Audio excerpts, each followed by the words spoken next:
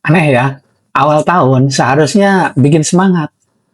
Tapi justru banyak orang yang gelisah, susah tenang, kepalanya penuh, dadanya sesak tanpa sebab jelas. Dan yang lebih aneh, ini sering terjadi pada orang yang hidupnya baik-baik aja loh. Bukan karena niatmu salah, bukan karena kamu kurang bersyukur. Ini kerja saraf. Dan di Energi Suara Jiwa episode ini, aku nggak cuma jelasin. Aku akan ajak kamu merasakan lewat satu latihan yang sederhana. Kalau kamu sering bertanya, kenapa aku nggak setenang yang seharusnya ya? Stay sampai akhir ya. Ada latihannya juga nih nanti. Halo Sobat Energi Suara Jiwa, aku Coach Erlangga. Di episode sebelumnya kita bicara tentang tubuh yang siap dan bagaimana hidup datang ke tubuh yang berani amat. Nah, di episode kali ini adalah kelanjutannya. Karena setelah banyak orang ingin siap di awal tahun, justru malah tubuhnya bereaksi. Bukan menolak hidup, tapi kaget dengan arah yang baru. Nah, secara esoteris nih ya, awal tahun baru bukan sekedar pergantian waktu. Dia adalah pergeseran medan energi. Dan tubuh manusia selalu merespon perubahan medan lebih dulu sebelum pikiran sempat memahami. Nah, di awal tahun, tubuh membaca satu hal. Akan ada tuntutan baru. Target baru, peran baru, ekspektasi baru. Dan bagi sistem saraf yang terbiasa bertahan, ini terbaca sebagai ancaman halus. Bukan ancaman bahaya, tapi ancaman beban yang bertambah. Yang terjadi di organ tubuh kita kayak gini nih. Ini di hormon sama organ tubuh nih ya. Nah, yang sering muncul itu bukan sedih, tapi gelisah. Adrenalin naik tipis-tipis. Hormon kortisol, adrenalin itu hormon, kortisol itu juga hormon. Hormon kortisolnya ini ikut aktif. Akhirnya nafasnya jadi pendek tuh dada. Di dada lagi ya. Dan perutnya jadi mengeras. Nah, padahal secara logika nggak ada yang salah. Nah, kalau dirimu pebisnis, pengusaha, ini muncul sebagai overthinking. Di karir, dia muncul sebagai ragu mengambil langkah. Nah, di hidup, muncul sebagai rasa. Kenapa aku nggak setenang yang seharusnya ya? Nah, sekarang coba cek tubuhmu nih, Sob. Cek tubuhmu sebentar, yang tegang, pikiranmu atau nafasmu. Kalau pikiran itu biasanya di bagian kepala. Ingat-ingat kepalanya di sini, bukan di dengkul ya. Coba dipegang dengkul ya. Kepalanya di sini. Aku sering salah, Sob. Pegang-pegang kepala, tegang. Kepalaku tegang, tapi yang dipijit-pijit kok dengkul ya. Jangan-jangan kita sama tuh. Otaknya pindah dengkul. Bercanda. Coba dicek tubuhmu sebentar. Nah, yang tegang itu pikiranmu atau nafasmu. Nah, awal tahun ini, mari kita membongkar kapasitas saraf, bukan niat. Awal tahun itu bukan menguji niat. Itu menguji kapasitas tubuh. Dan lebih tepatnya, kapasitas sistem saraf untuk menampung hidup yang membesar.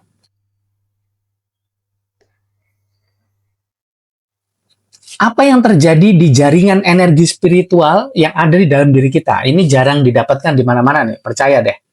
Ini bukan melulu soal ketuhanan gitu, enggak. Tapi bagaimana esensi ketuhanan, energi spiritual yang dari ruh atau percikan cahaya Tuhan mengalir dalam diri kita.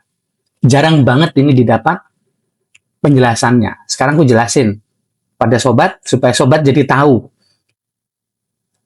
Dalam kerja energi spiritual, hidup tidak bergerak satu arah. Dia bergerak sebagai jaringan. Energi ke tubuh, pikiran, tindakan, kemudian mewujud jadi realita. Lalu kembali lagi sebagai respon semesta. Itu dia. Kalau satu bagian tidak siap, seluruh jaringan ikut terganggu. Dan di awal tahun, yang pertama kali dites bukan niatnya. Yang dites adalah pondasi dari jaringan ini. Di pusat yang terdalam yang menghidupi kita, ada percikan cahaya Tuhan, PCT, ruh, spirit, Atman. Ruh ya, bukan ROH. ROH itu adalah jiwa yang tidak ada di tubuh. Tapi kalau kita disebut sebagai jiwa. Kalau RUH, ruh, itu PCT, percikan cahaya Tuhan, also known as spirit, Atman. Nah, di pusat terdalam ada PCT, percikan cahaya Tuhan. Dia bukan emosi, bukan motivasi, bukan ambisi. Ia adalah dorongan hidup untuk bertumbuh.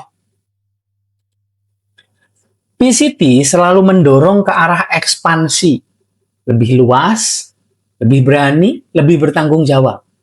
Tapi masalahnya, PCT tidak pernah bertanya, apakah tubuhmu siap atau tidak? Dia hanya mendorong, menghidupi dorongan, energi. Nah, tubuh kita lah yang harus menampungnya. Nah, dorongan dari energi spiritual yang sumbernya PCT itu, dorongan PCT itu energi spiritual, itu turun ke tubuh melalui pusat-pusat energi. Pusat energi ini dikenal juga sebagai cakra, latifah, terus kemudian mandala. Nah, ini bukan untuk hal mistik ya, tapi untuk fungsi hidup yang nyata. Nah, akar atau rootnya itu adalah rasa aman memegang uang dan tanggung jawab. Ini dia. Jadi ini nggak melulu ke dimensi lain ya.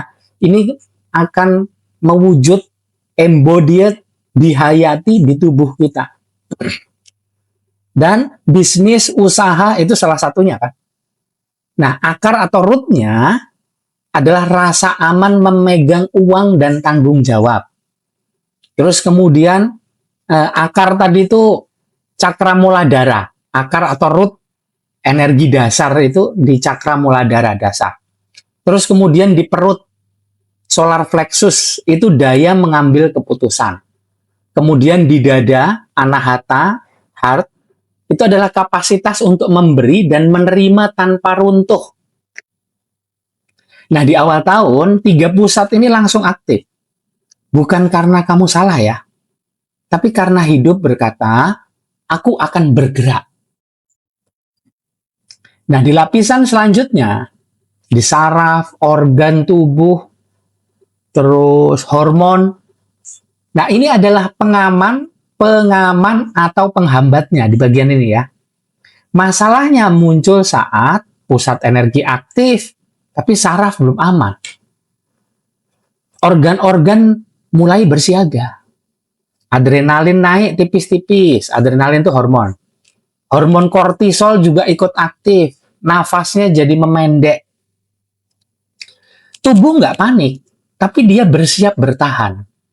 Inilah yang akhirnya kita rasakan sebagai gelisah, tidak tenang, susah menikmati awal tahun. Padahal, secara logika, hidup kita baik-baik aja, sob. Nah, ada lagi di lapisan kesadaran logika. Sini, pikiran ya. Kesadaran juga itu. Ada pikiran, ada kesadaran jiwa dibagi-bagi lagi, ada kesadaran spiritual.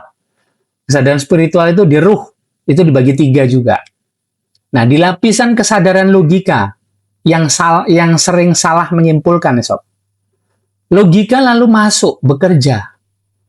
Muncul pikiran seperti ini nih. Harusnya aku bersyukur. Harusnya aku semangat. Harusnya aku siap. Harusnya aku siap nih. Tapi logika nggak tahu. Saraf belum selesai menyesuaikan kapasitas. Nah, disinilah konflik muncul. Jiwa mendorong, logika menuntut, tubuh menahan. Wes. Nah, inilah yang namanya titik pengenalan diri nih. Titik-titik pengenalan diri seperti tadi. Ini di breakdown. Dijelaskan, dideskripsikan jelas di dalam diri kita. Nggak asal cuman bahasa-bahasa sastra, puitis, filsafat, enggak. Tapi bisa dijelaskan sebagai bahasa teknis. Terus kemudian ada juga di bagian atau lapisan tindakan dan realita. Kenapa hasil terasa berat itu ada di bagian ini.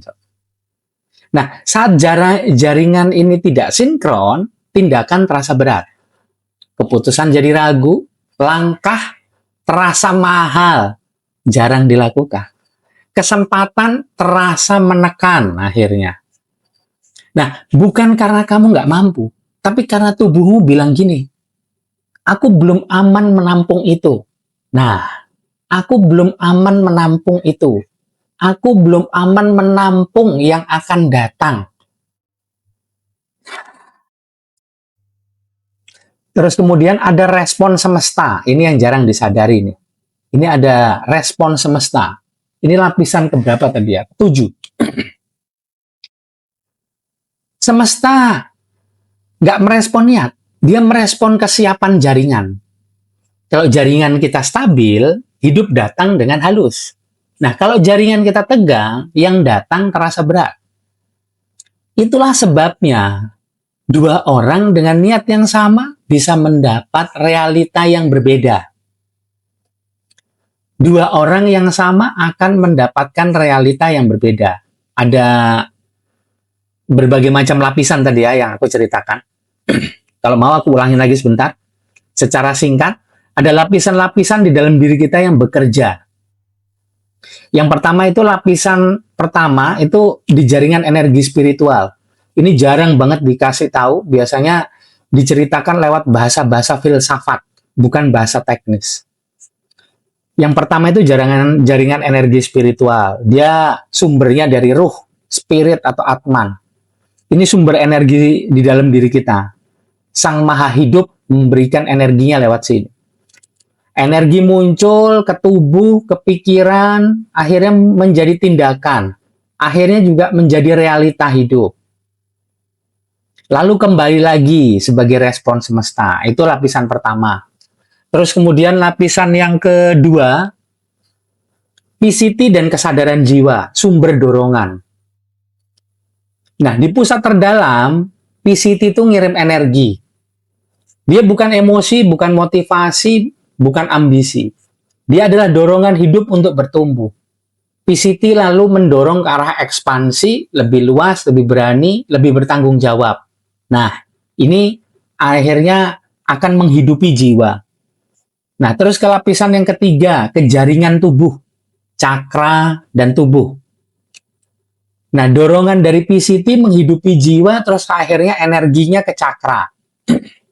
Melalui pusat-pusat energi. Ada 3 tadi ya. Cakra dasar, muladhara atau root, terus kemudian cakra anahata, dada, kemudian cakra perut, dasar, perut, sama dada. Nah, itu yang membuat munculnya hal-hal yang sesuai tema. Cakra dasar, tempatnya rasa aman.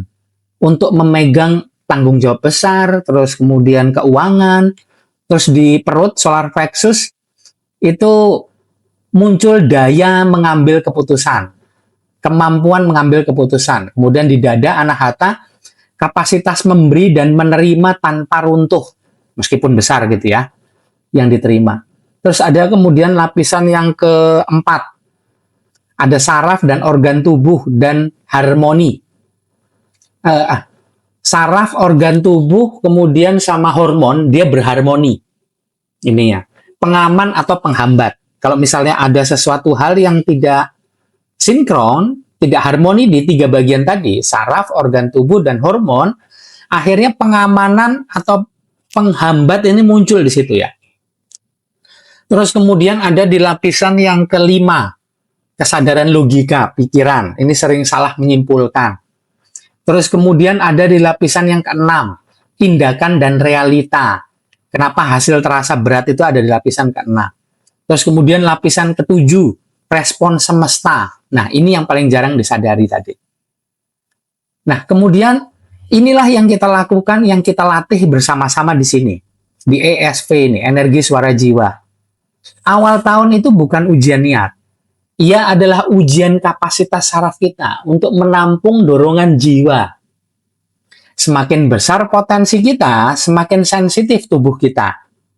Bukan karena kita lemah, tapi karena jaringan hidup sedang diminta naik kelas. Jaringan sedang diminta naik kelas.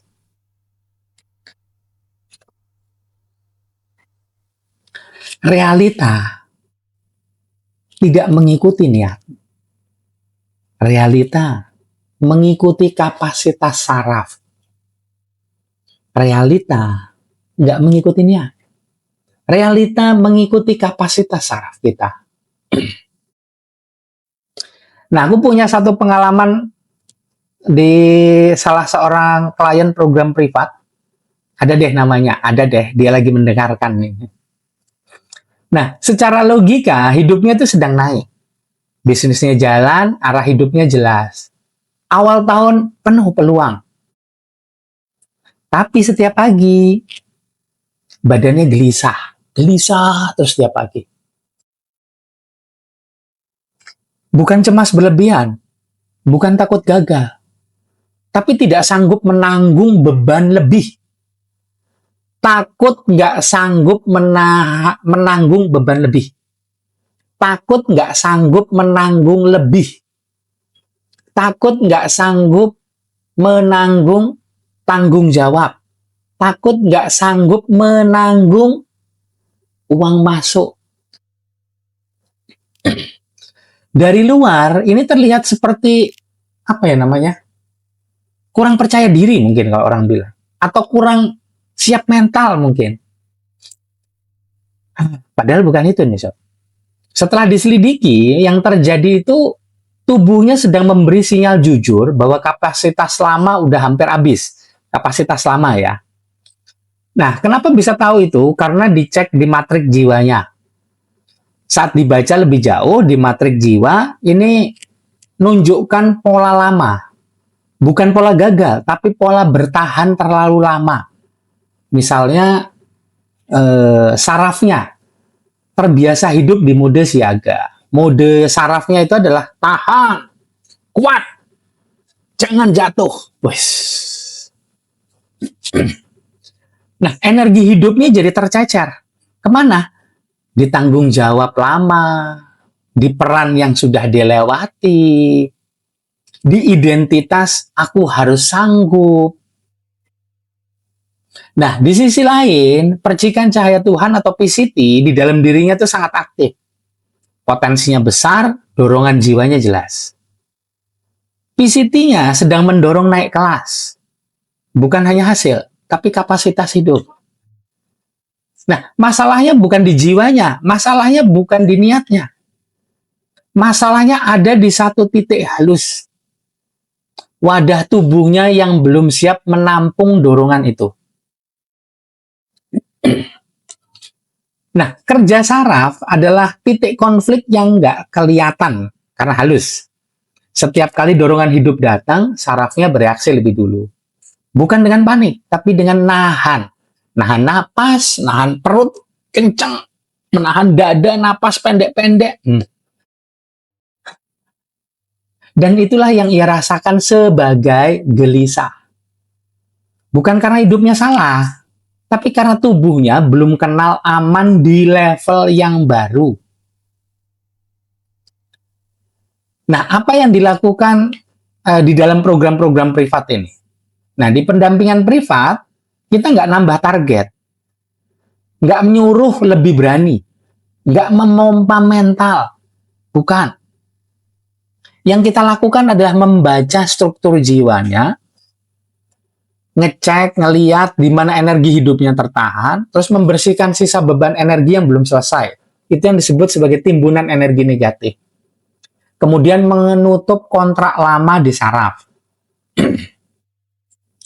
yang sudah tidak relevan dengan fase hidup yang sekarang. Dan yang paling penting, energi spiritual dari PCT nggak hanya dipahami, bukan di sini dipahami, bukan dihafalkan, enggak. Tapi dibangkitkan supaya benar-benar hidup di tubuh. Bukan cuman konsep, bukan teori, bukan. Bukan teori kesadaran spiritual, energi spiritual, bukan. Bukan sebagai keyakinan yang harus diyakini, bukan. Tapi sebagai energi penopang hidup yang membuat tubuh jadi mampu memegang tanggung jawab yang lebih besar tanpa kolaps. Nah, begitu itu terjadi, gelisahnya turun, nafasnya jadi memanjang, terus keputusan jadi terasa ringan. Bukan karena hidup mengecil, tapi karena tubuhnya akhirnya siap menampung hidup yang membesar. Nah, kadang yang kita butuhkan bukan tanggung jawab baru. Yang kita butuhkan bukan jawaban baru. Kalau tanggung jawab baru muncul, kita nggak siap sarafnya. Nah, kadang-kadang yang kita butuhkan bukan jawaban baru, tapi tubuh yang siap. Hidup dengan jawaban yang sudah ada di tubuh. Nah, aku juga pernah di fase itu, bahkan sering di fase itu. Awal tahun malah pengen diem. Bukan karena hidup berantakan. Bukan karena aku nggak punya rencana. Tapi justru sebaliknya. Secara logika, semua kelihatan siap. Tapi tubuhku seperti bilang gini nih, sebentar, aku mau cek dulu nih, sebentar, aku mau cek dulu nih. Nah, dulu aku kira itu kemunduran. Aku kira itu tanda yang kurang niat, kurang berani. Tapi ternyata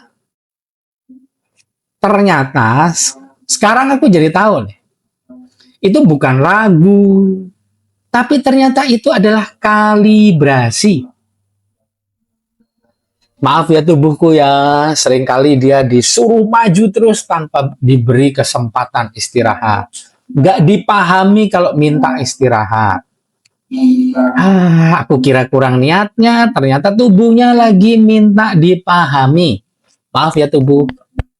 Ada yang merasa sama? Ada yang punya pengalaman sama seperti itu? Kalau ada, tuliskan di kolom komentar ya. Nah, ini kayak sistem yang habis diupdate, so. Kalibrasi itu.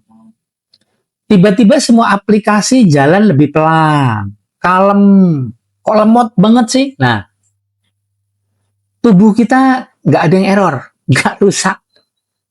Tapi dia lagi menyesuaikan kapasitas baru. Nah, lucunya, kalau kita maksa jalan di fase itu, yang error itu bukan rencananya. Yang error itu adalah tubuh kita sendiri, sama kayak tubuhku nih. Dia gagal dipahami, akhirnya mogok. Sarafnya tegang terus. Akhirnya aliran rezeki yang masuk itu ketolak. Sudah usaha keras, sarafnya bilang no. Rezeki nggak jadi masuk. So. Gue banget. Nah, akhirnya ada kesadaran yang baru terasa setelah itu. Apa itu? Tubuh tidak menolak masa depan. Kalau dilatih ya, tubuh tidak menolak masa depan. Dia cuma ingin pastikan, aku sanggup megang ini tanpa tumbang. Dan begitu aku berhenti menganggapnya salah, rasa diam itu nggak lagi menekan. Dia berubah jadi ruang untuk hidup naik kelas tanpa kehilangan keseimbangan. Ruang untuk hidup naik kelas tanpa kehilangan keseimbangan. Nah, kalau kamu ada di fase ini, awal tahun terasa hening, bukan bergelora. Kamu nggak apa-apa, nggak error, nggak rusak. Kamu sedang menyesuaikan kapasitas. Ada yang ngerasain itu? Tuliskan di kolom komentar ya. Nah, banyak orang mengira awal tahun gelisah itu karena kurang afirmasi, kurang ilmu, atau karena niatnya belum cukup rapi, atau karena makna belum ketemu. Padahal teori-teori tadi, ilmu-ilmu tadi, cuman mampir di sini, cuman bekerja di kepala. Dia membuat kita paham, dia membuat penjelasan terasa logis, bahkan terasa menenangkan. Tapi tubuh tidak hidup dari penjelasan. Penjelasan yang canggih, masuk akal, dan terdengar spiritual bisa jadi bahaya kalau nggak pernah dirasakan oleh tubuh. Karena saat kepala merasa sudah selesai, tubuh masih berjaga. Otak yang ada di kepala memunculkan pikiran yang bilang, aku mengerti. Tapi tubuhnya bilang, aku belum aman. Kalau dilihat dari kerja saraf, di sini kita akan jadi tahu kenapa teori gagal mengubah kehidupan. Karena saraf tidak membaca konsep, tapi dia membaca pengalaman. Apakah nafas kita pernah memanjang? Apakah rahang pernah melunak? Apakah perut pernah merasa aman saat hidup menuntut lebih? Kalau tidak, maka tubuh akan tetap hidup di mode siaga. Dan setiap dorongan spiritual justru terasa sebagai beban baru. Itulah yang disebut spiritualis yang gagal mendarat, terbang, lupa mendarat. Inilah pesawat yang nggak pernah turun. Keren banget. Nah, itulah jebakan orang-orang yang gue banget, kayak gue nih ya, kayak aku banget nih. Inilah jebakan orang pinter. Wah, aku orang pinter. Duh, kenapa? Kan aku minum tolak angin. Bukan iklan ya. Aku minumnya kopi. Jangan lupa seruput dulu kopinya. Cheers.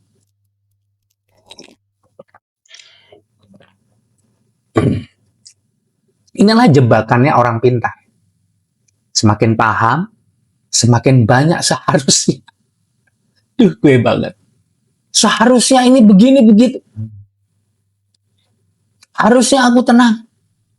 Harusnya aku siap. Harusnya aku tidak gelisah. Tapi tubuh tidak hidup dari seharusnya. Tubuh berubah bukan karena mengerti, tapi karena mengalami aman.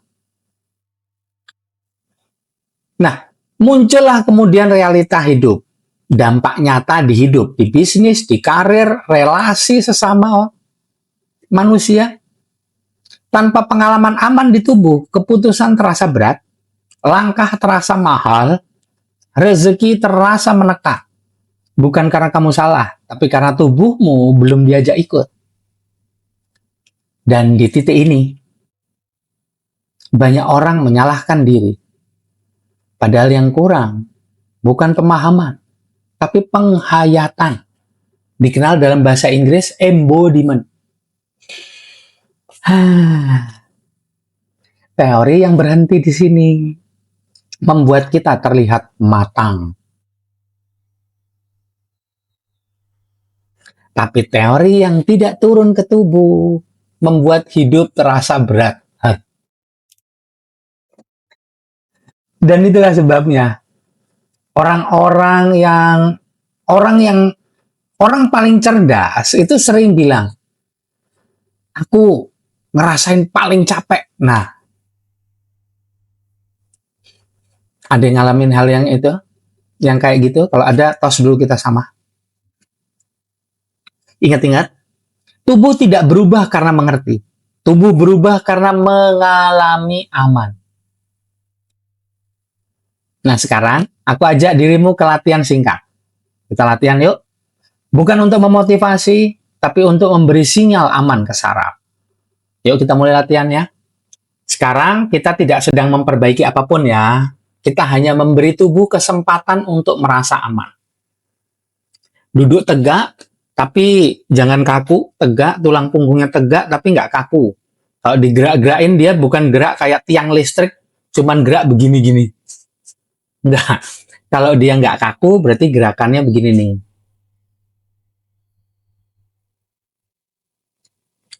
Tangan kiri di dada, tangan kanannya di perut. Jangan lupa biarkan tulang punggung menegak, tapi nggak kaku. Nggak perlu dipaksa, santai. Santai. Mulai diperhatikan jari-jarinya. Mana jari-jarinya? Oh, ini jari tangan kanan nih. Di perut. Tangan kiri di dada. Angkat sebentar. Amati. Lentur apa enggak? Amati. Telapak tangannya pucat apa enggak? Kalau pucat, berarti darahnya kurang. Kenapa? Karena jantungnya tidak terlatih untuk memompa, mengalirkan ke aliran darah. Dicek lagi.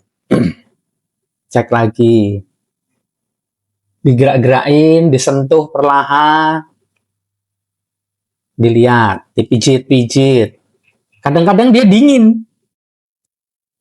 Karena aliran darah tadi. Dicek. Terus dicek lagi sini. Pundak, leher, dagu, rahangnya dibuka dikit, goyang-goyangin.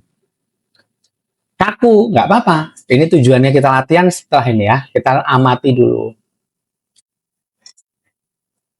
Sekarang ucapkan perlahan. Ucapkan namamu sendiri ya. Aku Erlangga Asfi. Nah, ucapkan namamu. Dan dengarkan suaramu seperti apa.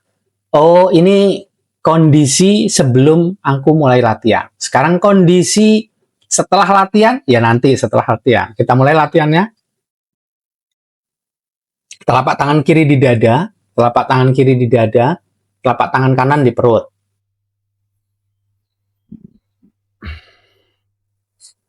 Yuk mulai. Tarik nafas 4 hitungan lewat hidung. Perutnya dikembangin. Lepaskan nafas lewat mulut, perutnya dikempesin.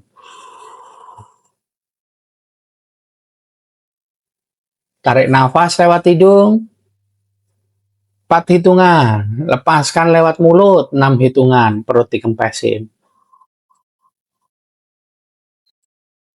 Tarik nafas lewat hidung. 4 hitungan. Lepaskan 6 hitungan lewat mulut. Jangan lupa perutnya dikempesin. Tarik nafas lewat hidung 4 hitungan. Perutnya dikembangin. Lepaskan nafas lewat mulut. Perutnya dikempesin.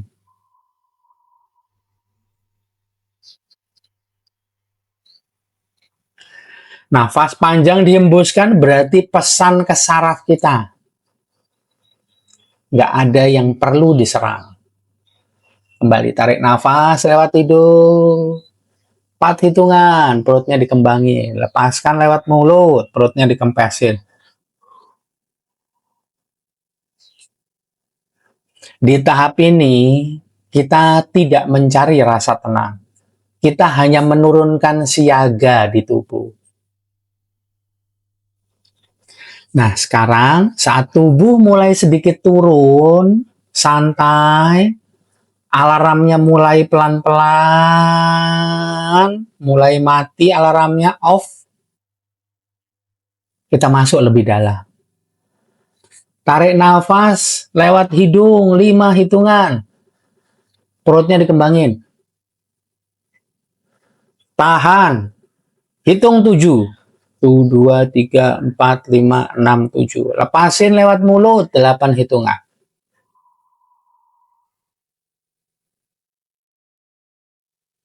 Sekali lagi, tarik lewat hidung 5 hitungan, perut dikembangkan.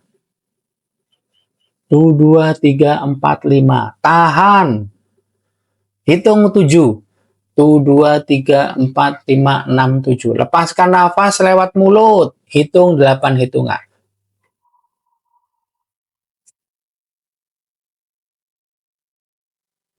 Kembali tarik nafas 5 hitungan. Tuh, 2, 3, 4, 5. Tahan 7 hitungan. Tuh, 2, 3, 4, 5, 6, 7. Lepaskan lewat mulut, perut dikempeskan 8 hitungan. Tuh, 2, 3, 4, 5, 6, 7, 8.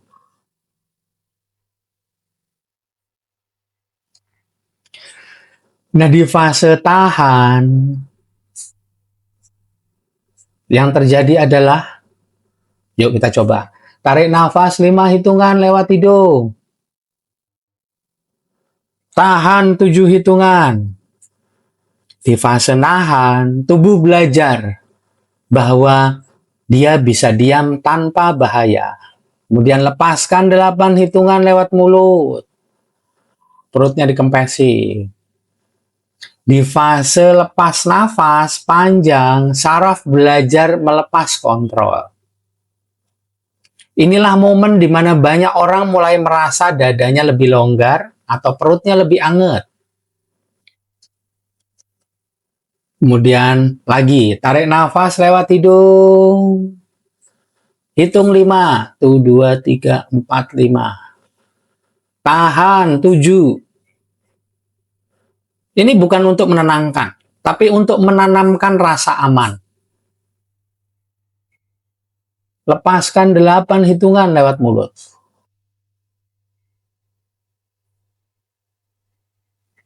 Kembali, tarik nafas 5 hitungan.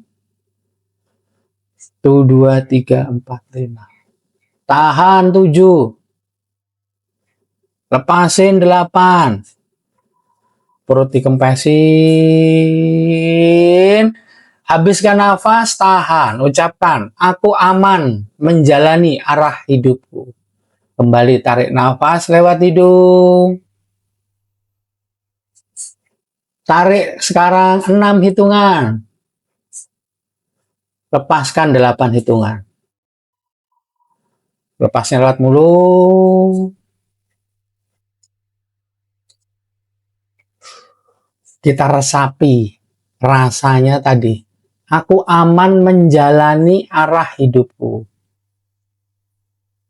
Sekarang diam. Nggak perlu melakukan apapun. Amati saja. Lihat nafasmu. Ketika dibiarkan, dirimu akan melihat pola nafas. Seperti apa pola nafasnya, nanti bisa dituliskan setelah ini di kolom komentar. Kayak apa pola nafasnya. Perhatikan aja. Kemudian ada bagian tubuh yang paling terasa hadir. Ada. Perhatikan. Perhatikan. Nafas panjang tidak sedang menenangkan emosi. Dia sedang mengubah medannya saraf. Saat hembusan memanjang, saraf berhenti membaca hidup sebagai ancaman. Organ-organ tidak lagi berjaga. Hormon stres mulai reda. Tubuh berpindah dari bertahan ke menerima. Amati. Inilah yang namanya ruang. Energi spiritual bisa mengalir tanpa harus mendorong. Bukan karena kita memanggilnya, bukan karena kita berusaha lebih spiritual. Tapi karena tubuh tidak lagi menghalangi. Amati. Nah, latihan ini adalah latihan umum. Dia bekerja untuk menurunkan siaga, memberi rasa aman dasar, dan membantu tubuh menyesuaikan diri dengan perubahan awal tahun. Tapi ingat-ingat, tubuh setiap orang punya cerita yang beda. Ada yang tegang di dada, ada yang nahan di perut, ada yang sarafnya sensitif karena beban lama. Nah, kalau masalah yang kamu hadapi spesifik, latihannya juga nggak bisa disamaratakan ya.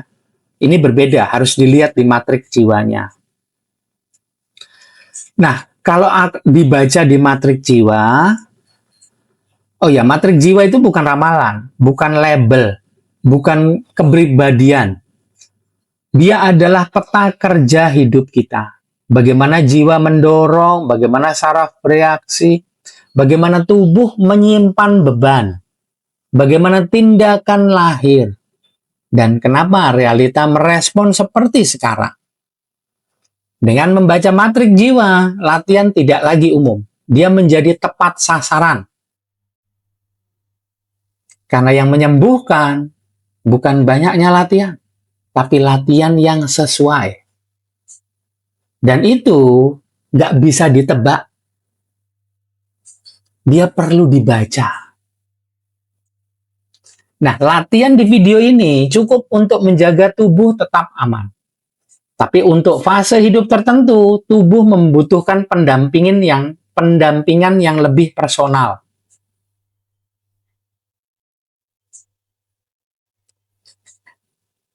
Energi percikan cahaya Tuhan atau energi spiritual nggak pernah kurang. Yang sering kurang adalah wadah yang siap menampungnya. Yang sering kurang adalah wadah yang siap menampungnya. Nah, setelah latihan ini, bagian tubuh mana yang terasa berubah? Dada, perut, rahang, nafas. Yang mana nih? Tuliskan di kolom komentar ya. Nah, di episode berikutnya kita akan bahas kenapa tubuh sering lebih jujur daripada rencana hidup kita sendiri, Sob. Awal tahun bukan untuk memaksa diri. Awal tahun bukan untuk memaksa diri. Tapi untuk memastikan tubuh aman berjalan. Sadari dulu, percaya kemudian, biarkan percikan cahaya Tuhan menyalakan energi suara jiwa. Terima kasih sudah nonton, ketemu lagi di episode berikutnya. Live long and prosper. Love you. Sadari dulu, percaya kemudian. Biarkan percikan cahaya Tuhan menyalakan energi suara jiwa. Love you.